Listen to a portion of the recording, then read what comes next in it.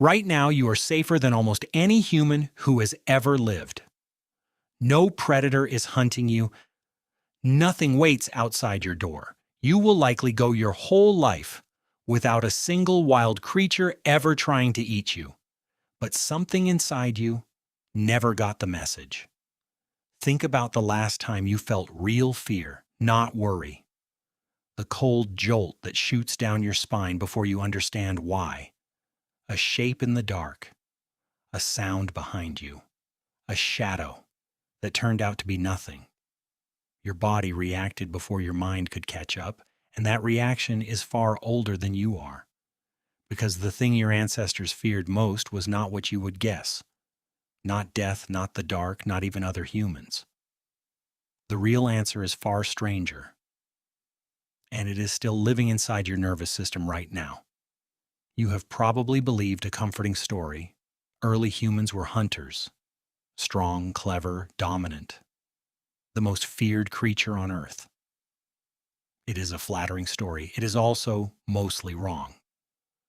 For millions of years, your ancestors were not the hunters. They were the hunted. Two anthropologists, Donna Hart and Robert Sussman, gathered the evidence. Ancient human skulls with puncture wounds, spaced like the fangs of a leopard. Bones cracked open the way big cats reach the marrow. For most of human history, you were prey. Picture it. You are barely 5 feet tall. No fangs, no claws. You cannot outrun what wants to eat you. And when the sun goes down, the world belongs to creatures that can. So what do? You feel fear constantly, and that fear keeps you alive. This is the part most people never learn. Fear is not a flaw in your design. Fear is the design. The humans who felt too little fear did not become your ancestors. They became someone's meal. You are descended from the nervous ones, the jumpy ones. Every anxious thought you have ever had is an inheritance. Now it gets stranger, because one threat rises above the rest. Snakes. An anthropologist named Lynn Isbell proposed the snake detection hypothesis. Her idea is bold. Snakes were such a constant, deadly threat that they helped shape the primate brain itself. The part of your vision that snaps to a threatening shape faster than you can blink may have been sharpened by the need to spot a snake before it struck. Snakes did not just terrify your ancestors. They helped build the machinery you see with. Even young children spot a snake hidden among flowers faster than a flower hidden among snakes. Nobody teaches you this. You are born with it.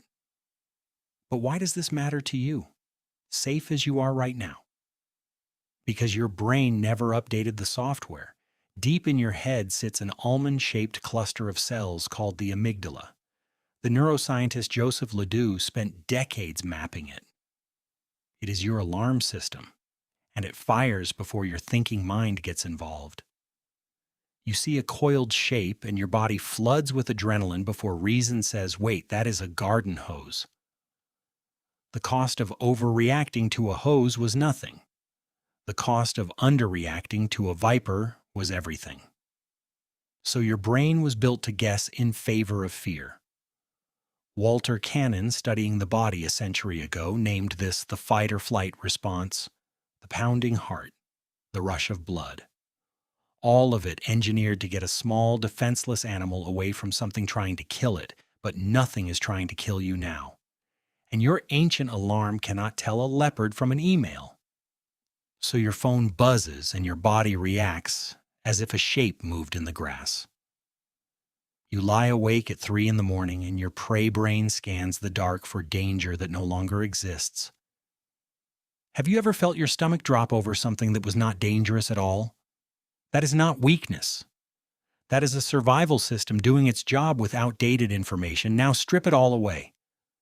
The snakes, the leopards, the dark.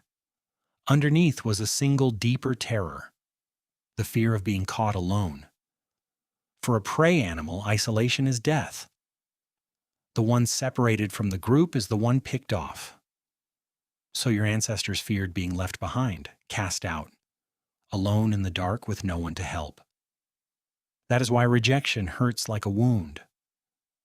Why being excluded feels unbearable. To your ancient brain, losing the group was a death sentence because for 10,000 generations, it was.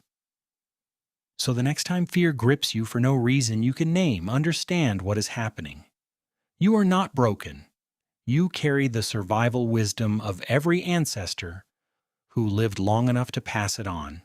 The leopards are gone, the vipers no longer wait in the grass. But the ancient watchman inside you never left his post, so do not fight your fear. Thank it. Then look around at the world you actually live in, because right now you are safer than almost any human who has ever lived. And the only thing left to fear is a ghost your ancestors handed down to keep you alive.